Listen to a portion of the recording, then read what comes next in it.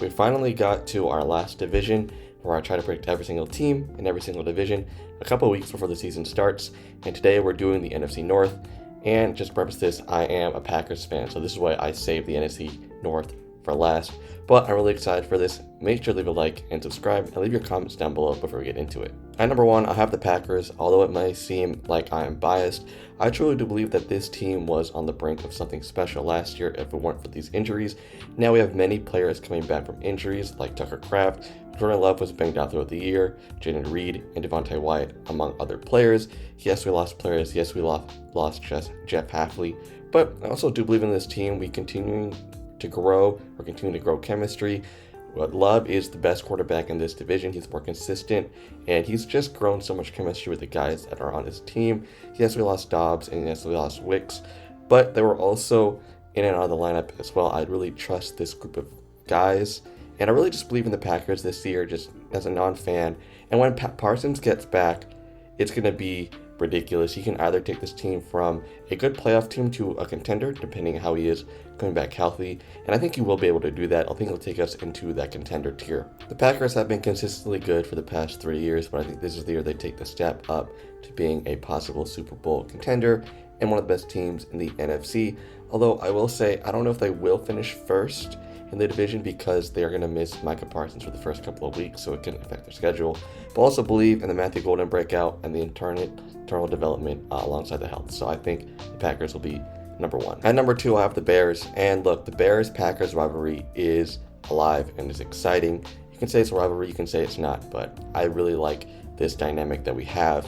Williams obviously had a really great year last year, especially in clutch moments, and he led the Bears to the most playoff success they've seen in a while. And I'm a big fan of Caleb Williams, ironically, as a Packers fan, but he still has a lot of room to grow as he wasn't as consistent or as accurate as people may think he was last season, which is very scary for the league because he has a lot of young weapons with Loveland, Burden, and Odunze to grow alongside with. The Bears have a lot of potential to become one of the best teams in the NFL as well, but their defense is a little bit shaky, especially on the defensive line, and their defense was a lot of turnover dependent, which is very varied throughout the years.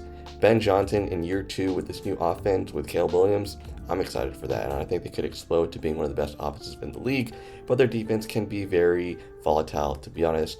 Regardless, I still think the Bears are playoff contenders and should be a threat in the NFC. At number 3, I have the Lions, and my question is their window closed? Because they did slow down a little bit last year, and they missed the playoffs, and they're losing more pieces, as in Monty, but I do believe in this running game. I think Gibbs is going to have an absolute monster season and possibly establish himself as the best running back in the league. This team has been very consistent on both sides of the ball, especially in the trenches for the past couple of years. I don't think that'll change as much, even though there are some questions on the offensive line outside of Sewell, and their defense is kind of shaky, especially losing Arnold.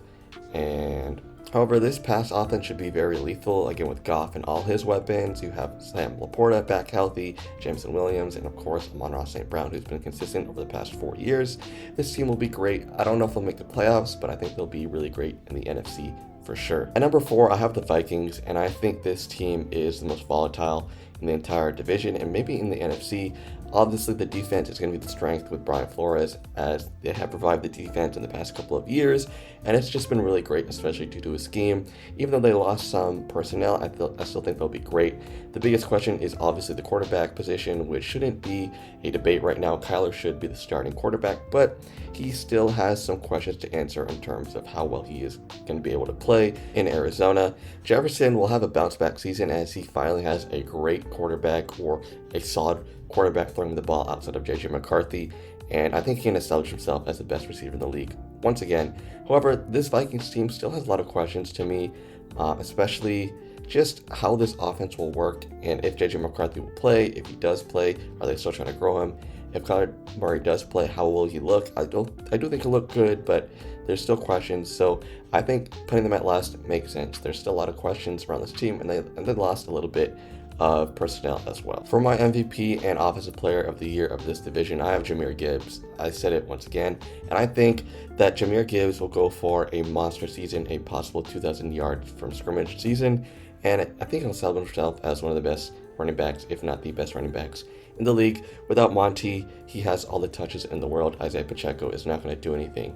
and he is one of the best weapons and arguably the best weapon on this team. So I expect him to be Offensive Player of the Year and MVP for the Lions and this team and the division. For Defensive Player of the Year, I have Aiden Hutchinson, and this is a little bit of a caveat because I do think Micah is better, and if he does play the whole season, he will win Defensive Player of the Year for this division. But since he won't, Aiden Hutchinson is the second best edge rusher and arguably the second best defensive player in this division, and he was on a tear before he broke his leg or something in 2024, as he was arguably the best pass rusher for the first 7 weeks, and I think he can reach that level again.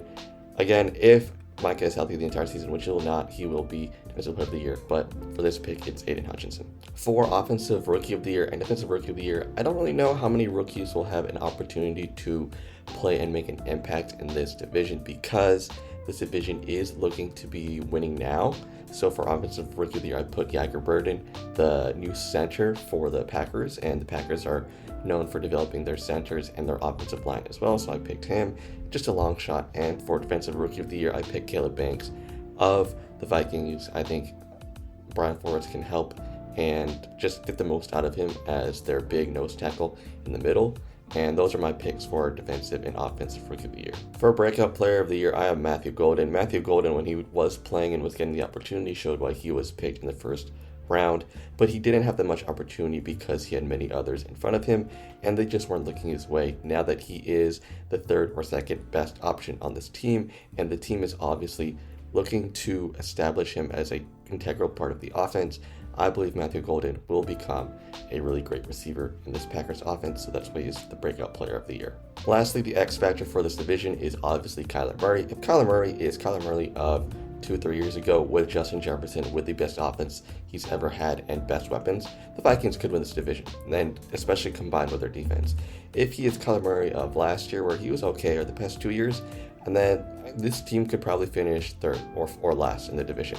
It depends on what type of Kyler Murray we're getting with the Vikings, and we know that Kevin O'Connell has the ability to revive some careers as he did with Sam Darnold, but we'll have to wait and see, as Kyler Murray is the biggest X factor of this division.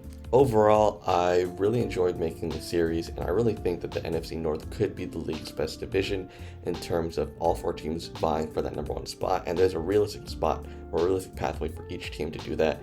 If you guys haven't watched any of my other division previews, I made a playlist in my channel. Make sure to check that out to check out all the other 7 division previews, and make sure to leave your comments down below on what you guys thought. Leave a like and subscribe.